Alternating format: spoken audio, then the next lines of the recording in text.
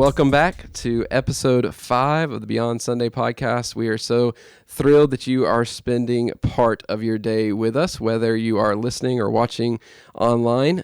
We are glad to be back to celebrate 15 years of life change here at Church at the Grove as we're celebrating the 15th anniversary. And hopefully last week you were able to join us as we kind of walk through the history of Church at the Grove. And I'm excited that we're back today with Russ and Jill both as they are going to talk through just kind of some of the lessons and stories and takeaways of Church at the Grove over the past 15 years and just kind of the behind the scenes kind of tour of Church at the Grove. And so we have no idea where this is going to go. Russ, I think, is really nervous. I don't know if the cameras show it, but he's sweating bullets right now to see what Jill's going to say. Don't do it. If you can do anything else in life, don't do something else. Yes. Don't do it. Go ahead and have a marriage counselor on retainer. Yes. And no, I'm kidding. That's interesting, and this is we're diving right in. Have y'all seen a marriage counselor over the 15 years? Yes, we have. Yeah. Yeah. Several times, or just like once or twice, or? I mean, I would say, I don't know, several, multiple, definitely multiple. I would say pivotal times. I mean, and I remember we had not been married long, and we went to see a couple. They weren't licensed counselors, but that was part of their ministry is to encourage young married couples. Mm-hmm. And so I think we had dinner with them once or twice, and I think they just godly counsel. And we weren't even mad with each other at the time. He was just exhausted, and didn't know how to say no. And I love ministry as well, love the Lord too. But I was going, okay, we're falling apart here because of you, because you can't say no to anything. So we went and saw them. Yeah, and I think 26 years into marriage. I mean, I think that a lot of times we're reactive in counseling. When I think if I had to encourage somebody younger, I would say be proactive. It's okay to go have somebody to talk with, and it may be a licensed counselor, or it may just be a couple in the church that you look up to. And to be proactive. If you wait sometimes until you need it, you've waited a little bit too late. Yeah. So you talk about not saying no. I mean, you feel like that's probably been the biggest hurdle in the life of the church, or do you feel like there's other things that have been the issues that have come up over the life of the church? Well, just marriage is hard. Yeah. And the thing that we've always been on the same page about is, of course, walking with the Lord. Yeah. Serving Him, serving others. But in that, there's going to be differences of how you do it, when you do it, and I'm certainly not saying that he has the problem with saying no, so do I. Yeah. And sometimes when it hits at the same time, it's rough. We're like, what have we done? We've signed up for everything. And so we've had to learn to back off. And surprisingly, prior to marrying him, I never said no to anything. Yeah. And then I had to learn quickly, I can't do that with children. Yeah. Because I did grow in the church that I grew up in. I can unfortunately say that the pastor and his wife struggled in their marriage. Their children struggled. And so when I realized we were going to be a ministry family, I was pretty determined. We were going to be protective of the children as much as we could be, as far as the time and the sacrifice. Now, at the same time, go out and do ministry as much as you can together. Yeah.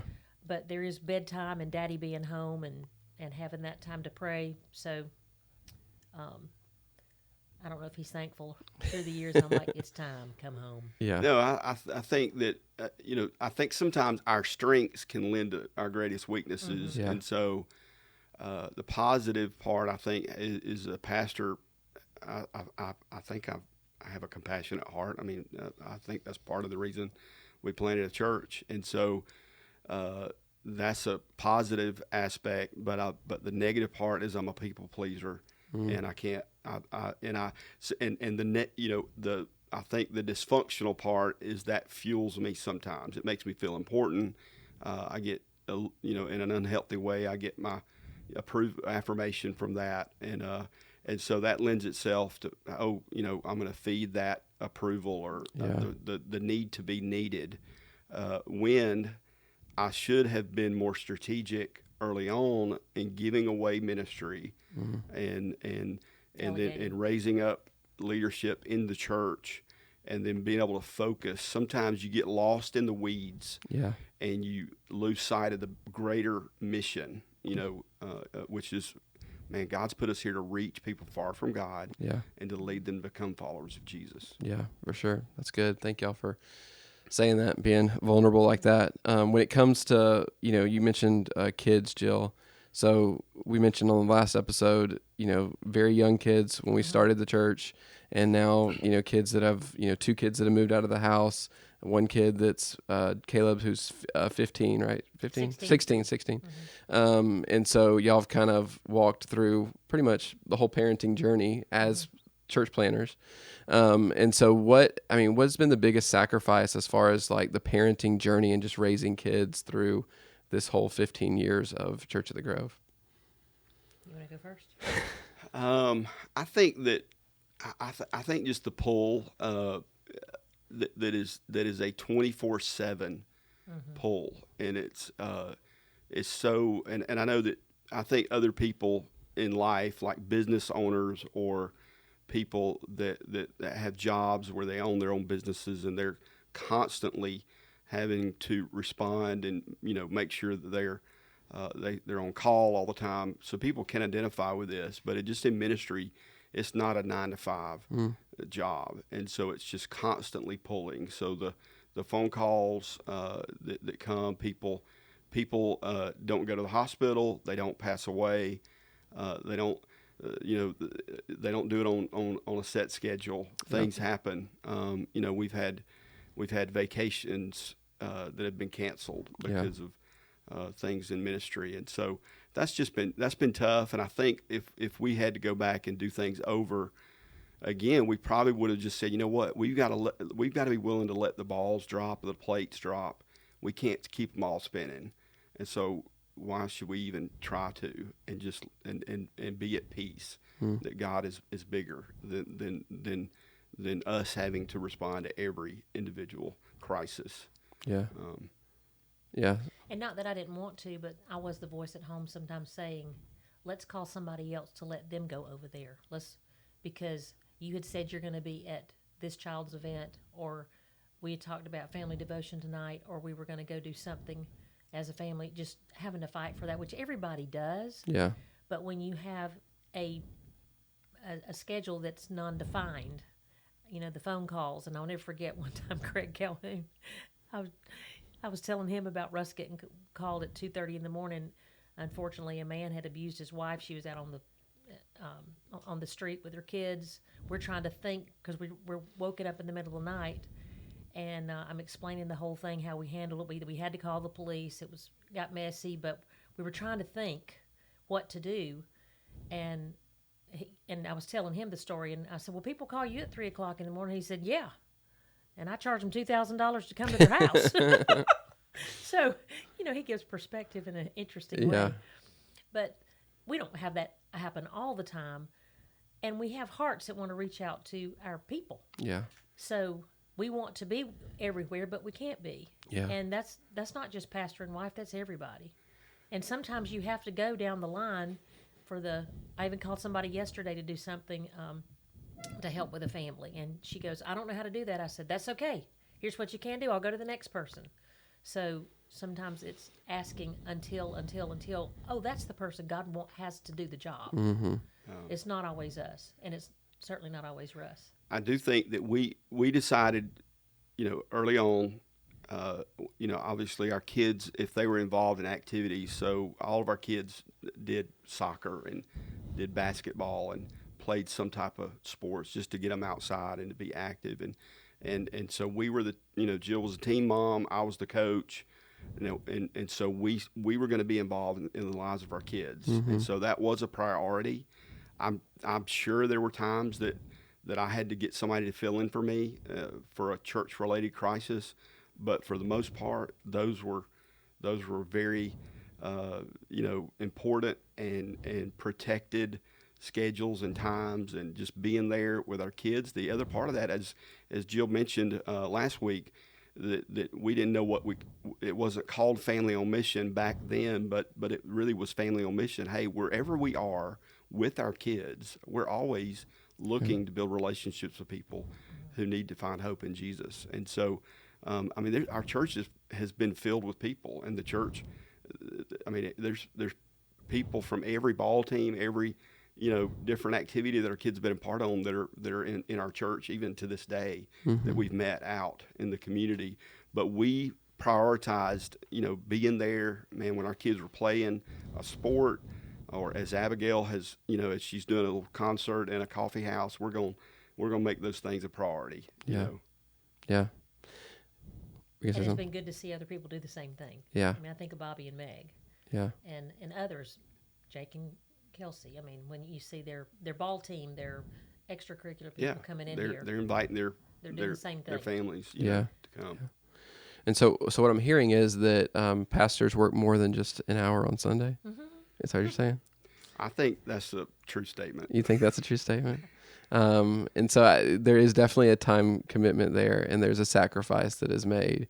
And I think church planning world, maybe even more so, right? With trying to get things off the ground and trying to get, for the first part of it, the church at least, there's not a staff, and there's not people that you can rely on. And so you're having to carry the load and have so many hats that you're having to wear that maybe a more traditional or established church they have the luxury of having more people that can the energy do that. On the front end is you're trying to get the flywheel spinning, and so there's a drive that I think that is gospel centered, but there's also like, man, I've got to provide for my family. If this thing doesn't make it, then I've either got to go back to the regular church world or go get a job somewhere. Sure. And so, vocational. Yeah.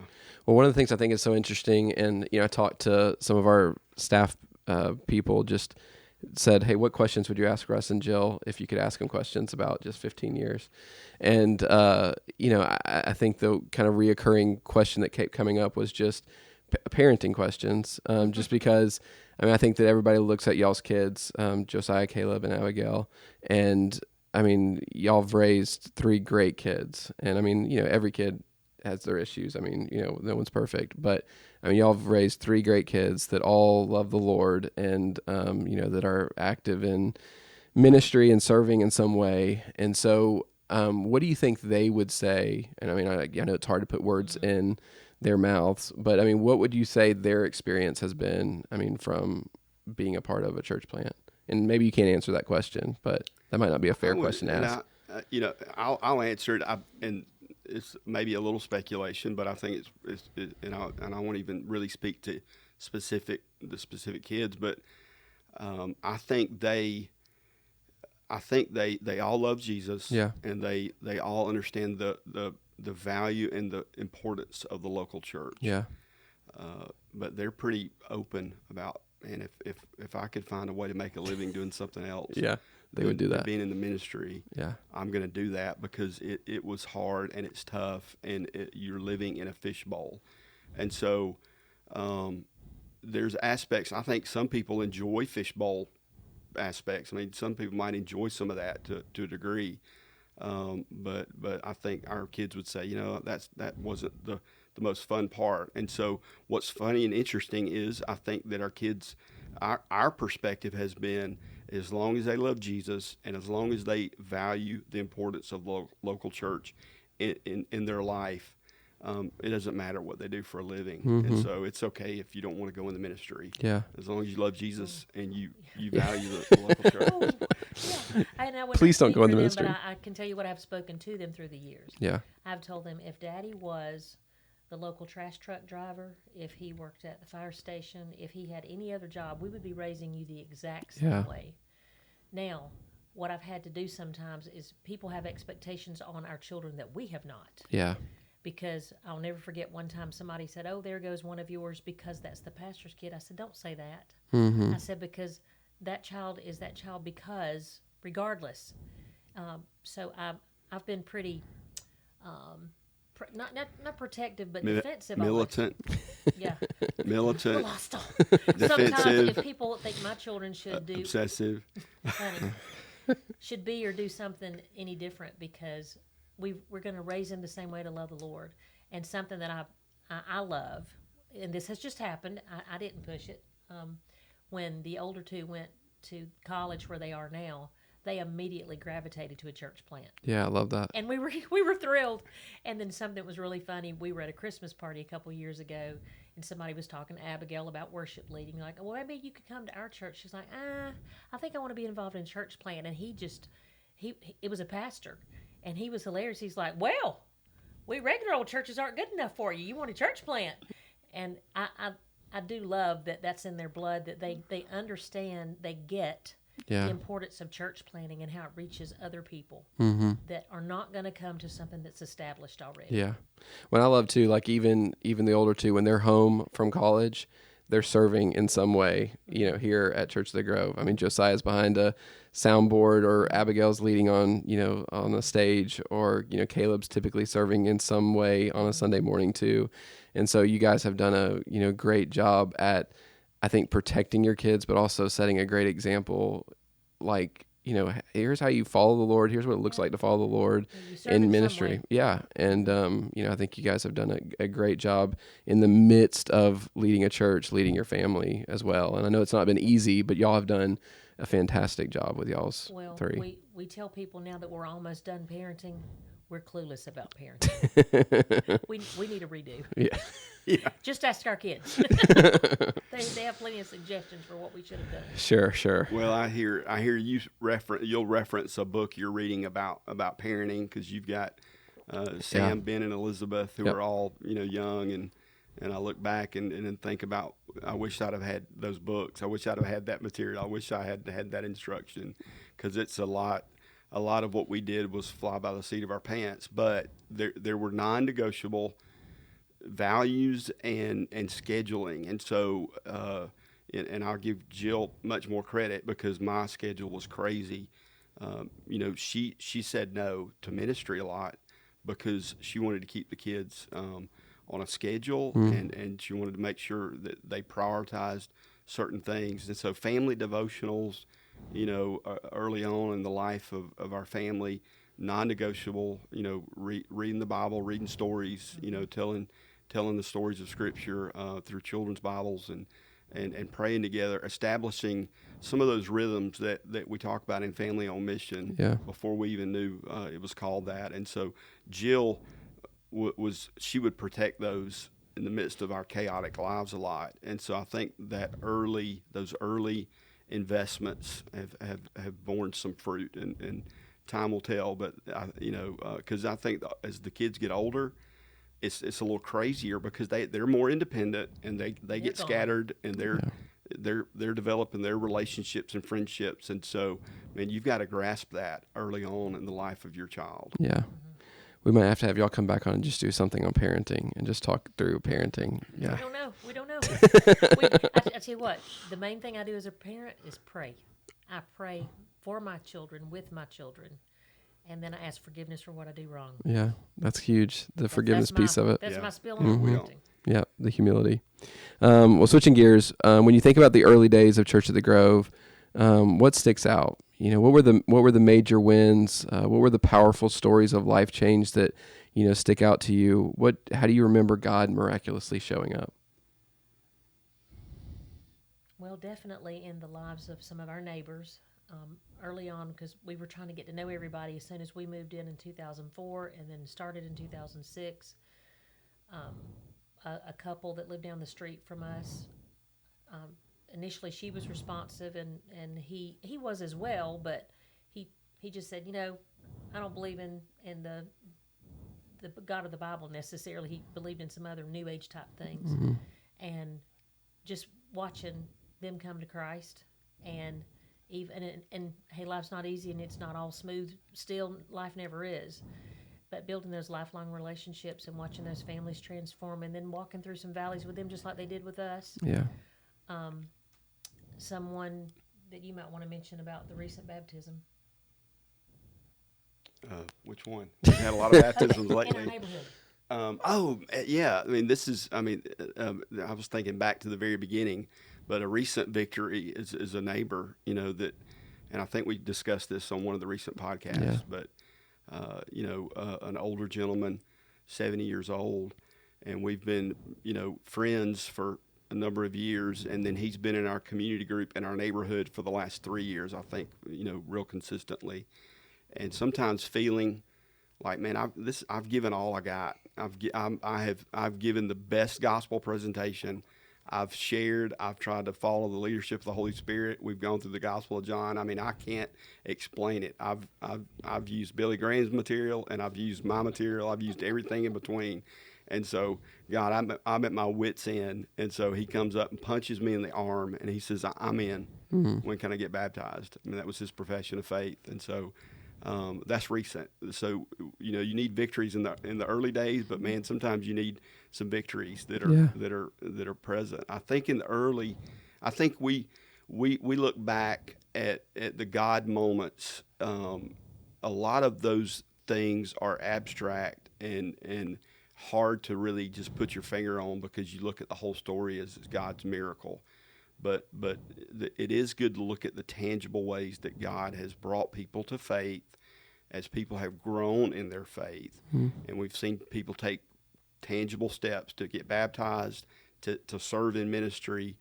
I even think about our staff and our team. I mean, all of them pretty much, except maybe a couple, have come really into our church through ministry, and either their family or themselves. And so even the fruit there is God seeing that, God's provided for us. And back at that first service, I would have 183 people, and then seeing the church grow, go through the economic downturn. He's provided financially. We've seen God provide in buying a piece of land. I mean, God has always come through, and so we are so quick to forget, how faithful He is, which is sad, because moving forward, our decisions about the future need to be just as much faith-based as they were in the beginning. Yeah, for sure. What was the quote that we've said a lot, that when your memories exceed your dreams, then the end is near? Yeah. And I think it's good to remember what the Lord has done, but never let those be the only things that drive you for the future. That's good. What has been the greatest loss over the last 15 years? What have been some of the hardest seasons to walk through? I know it's kind of a downer question, but I mean, it's not all been rainbows and sunshines for sure. That's an easy one without going into long stories. When there are goodbyes. Yeah.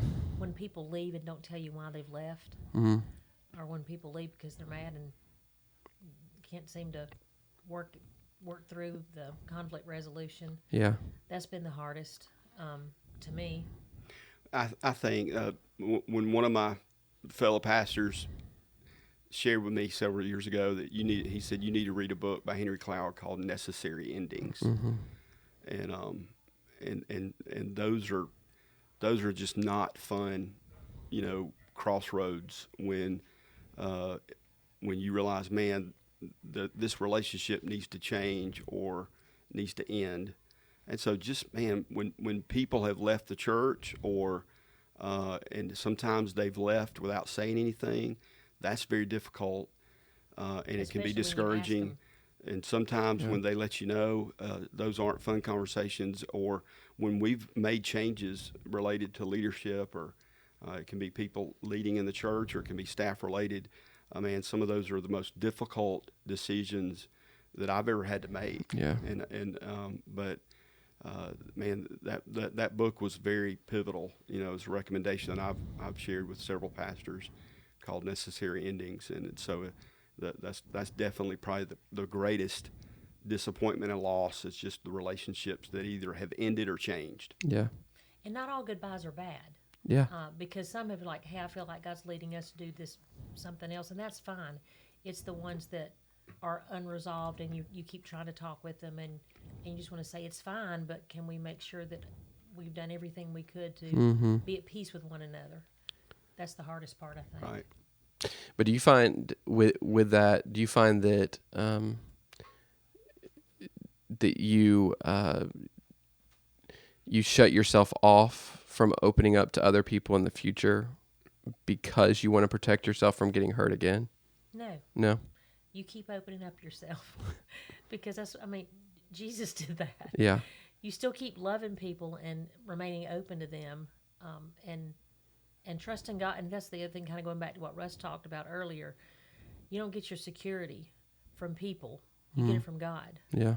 So if you hurt me, if we differ, I'm still, God is my hope and my promise.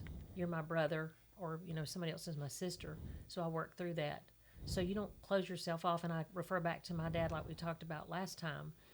For years, he'd cut himself off from the body of Christ because of a few people that were hurtful in his childhood. And then when he finally got back into the body of Christ, he was so blessed, and he was a blessing to others. So I learned that from my mom, you always look for your church family, and they're never going to be perfect. We were just laughing earlier about even an elder that I've gotten frustrated with and said something to, and then he got mad with Russ and said something to Russ. But at the end of the conversation, we're like, now, we love each other, and we will get through this. Yeah. Yeah. I mean, we say this at Church of the Grove. I mean, the church is not like a family; it is a family. Yeah. And so, the relationship in the church is a lot like a covenant relationship in marriage. And so, I mean, Jill and I, when we got married, I mean, divorce was not an option. This is a covenant relationship, and so we made vows before God and before other people, and so we're in this to the end. And so in the church, I think there needs to be a healthy understanding that you should not allow yourself to have unrealistic expectations placed upon other people that are going to fulfill you and make you happy. Yeah. We're all flawed, sinful people. Just good theology. We're sinful, flawed people. And so there needs to be an understanding and an expectation, man, that people are going to let us down. They're not going to be perfect. And so we need to show them the compassion and the forgiveness that we have been shown through Christ. Yeah. I think that's probably in the Bible somewhere. Something like that. Sounds biblical. Yeah. Yeah. That's good. What are the biggest lessons that you've learned about the Lord? Not necessarily just about, life, but about the Lord through the last 15 years of church planning? How long do you have? I would say when we talk about parenting, when you talk about relationships, God never gives up on any of us. And so we never give up on each other. And that includes you with me as well. I'm not perfect either. So I always say, if we know each other long enough, we will disappoint one another. But do we love each other enough to keep going? And I think just the lesson through church planning and through all the lessons in that is getting the heart of God, so that when I am hurt or I am offended or I am mad, fill in the blank, how have I made God feel this way? Yeah. I've done the same thing to him in some form or fashion. I have been insensitive to him. I have been completely rude to him. I have been hurtful to him. So it's to me, it's getting the heart of God, and then of course the just beginning to grasp the fatherhood, how he as a parent loves us so much. Oh, how he loves us. Oh, that song, Oh, how he loves us. We can sing it over and over, and we still don't get it. Yeah. But we can keep practicing it. It's good. I think that I'm a student. I want to consider myself a student of culture, a student of the Word, a student, of church life, and so as I think over the 15 years is just coming back to this character of Christ that where he shows compassion for sinners and sufferers. I mean, the depth of Jesus' love and his compassion for sinners and sufferers. And so that was such a driving force. We're reading a book about praying for people that are without Christ. And I think you mentioned this, Nathan, in one of our staff meetings. I mean, just the thought that there are people in our community that have never been prayed for by name. And that's the heart of Jesus, is to care for the lost, to care for the broken. And so as I read through Scripture, sometimes I want to be so theologically correct that I lose sight of the bigger picture that Jesus came to save and redeem the lost. There's nothing deeper than that. There's nothing more sound in doctrine than that. And so when Jesus corrected people, it was the religious leaders, and when he showed compassion, it was the sinners and the sufferers. And so my brother Butch and I have talked many times about our greatest fear being that we would be 21st century Pharisees or religious leaders. And so as Jesus is hammering them in the Gospels, I'm like, man, don't let me be that modern day person. If Jesus was walking among us, that he would chastise me. Let me be the people. Let me be Jesus to the people that are sinners and sufferers, that are in great need. That's so good. So good. Both of y'all. That's great.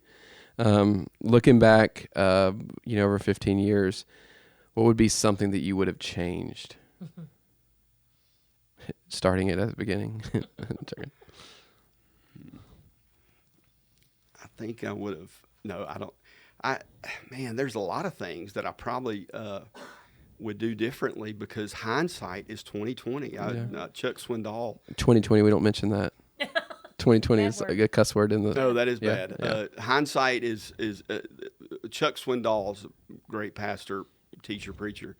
He said God's will is always most clearly viewed through the rearview mirror. And so just that understanding that as we look back, man, we're going to see how we could do things differently. And so there's some things that I would do differently. I think I would have worried less about launching the church large and about how many people came, and I would have focused on the depth of developing leaders and disciples on the front end. That's good. Knowing that God's going to take care of us financially, and he's going to take care of the growth of his church. Yeah. Jesus is the senior pastor, and he's going to he's going to take care of that. There's some things that I probably wouldn't change. I would have changed the timing of some things that we've done, and knowing that the church may have needed a little more maturity before we did certain ministry initiatives. And so but in the big scheme of things, which is the mission and the heartbeat of Christ, I think I feel like we've tried to stay focused on that. That's good. Anything to add, Jill? Not really. I mean, like you said, you can always go back through a list of, but you don't have redos. Yeah. You just have, get some wisdom for the future to don't do that again. Yeah, for sure. Or do it differently. Yeah. All right, well, we'll come back and probably do a whole podcast on this, but where do you see the church in the next 15 years? If we've done 15 years, where do you see the church 15 years from now? I pray all of these students and even children in children's ministry will be leaders, so that we'll continue to disciple them, to just raise them up. I mean, and this is just one. Jonah, just coming out of college and coming on staff. Not that everybody that's going to go through every children's or youth ministry is going to do that. And then Dylan.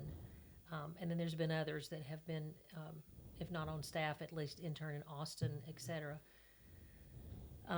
Reese, Lindsay, I can keep going on and on. So I'm just praying that, I've spent pretty much 15 years in and out of Kids Grove. My desire would be to see those students becoming the leaders, the elders, the staff of the church. That's good. I think that I see growth. I envision, additional campuses, new church plants, that are even the places where we are now. There would be additional buildings, but I think the overall desire that I have is the depth of leadership and the depth of discipleship that would lead to facilitating all that. And so, and then I think potentially to see, I think that some of the growth that we would see over those 15 years, some of the expressions in those campuses or church plants, they might look a lot like our churches now, like our campuses now, like the church now. But I think, man, the exciting part is there might be a multitude of different expressions. Mm-hmm. They might be church plants. There are churches that are meeting in homes or in mm-hmm. clubhouses or in bars or breweries or restaurants or multiple type of expressions. Yeah. And there might be full-time pastors and leaders and some of these people that Jill is speaking of, but there might be some bivocational mm-hmm. leaders and pastors or just lay people that are leading some of these expressions. Yeah. Does that make sense? Yeah, I love that. And so I think I don't think anything my desire is the same as it was in the beginning, man. Let's just have a passion to reach people that are unreached, and let's be intentional about multiplying, whether it's church plants or whether it's community groups. Let's just always and let's be sensitive to the Holy Spirit and how it's going to look. And we talk about this a lot. If you're going to reach people that have never been reached, you've got to be willing to do the things that nobody's ever done. Yeah.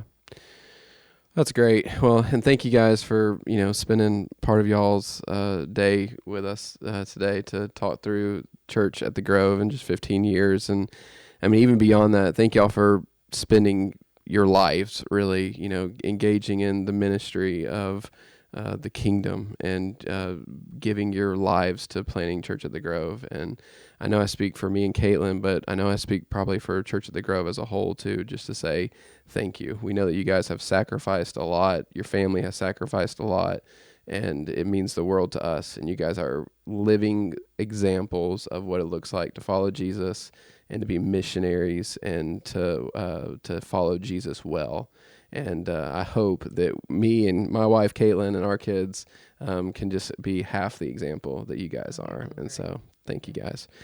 And so thank you guys so much for joining us today for this podcast episode. And we hope that you will join us again next week as we'll continue to celebrate by telling stories next week for our podcast episode. And in the meantime, if there's anything we can do for you, please don't hesitate to reach out to you. We love you guys, and we'll see you back.